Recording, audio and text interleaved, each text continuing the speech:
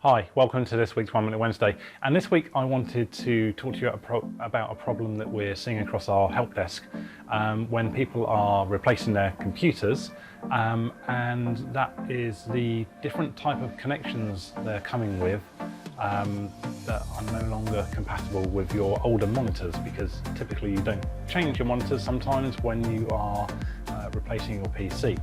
So for years you've always had this trusty kind of blue, what we call VGA connector on the back of a PC. Now the problem is that on the newer PCs this type of connection is disappearing. A bit like the headphone jack is disappearing from many mobile phones, that's completely going from some PCs.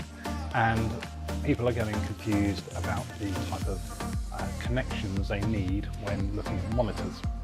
So the next newest one, or kind of most popular one, is the HDMI connector. You'll typically find this on your TVs and kind of other video devices, and it's kind of showing, it's got like a V shape on the actual connection block.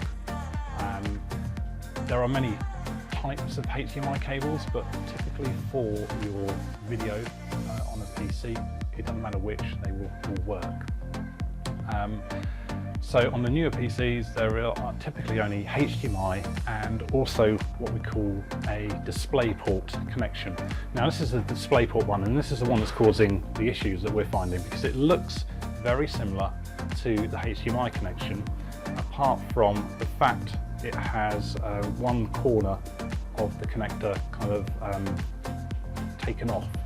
And you'll typically find these on Macs, and you may have seen these already if you have a MacBook, but this is very slightly, but looking pretty much the same as the HDMI connector. So when you're replacing your PCs, you might need to look at your monitor and check that you actually have a HDMI or DisplayPort connection rather than your traditional VGA connector, because certainly on the PCs that we now supply, which are primarily HP, the VGA option is no longer there.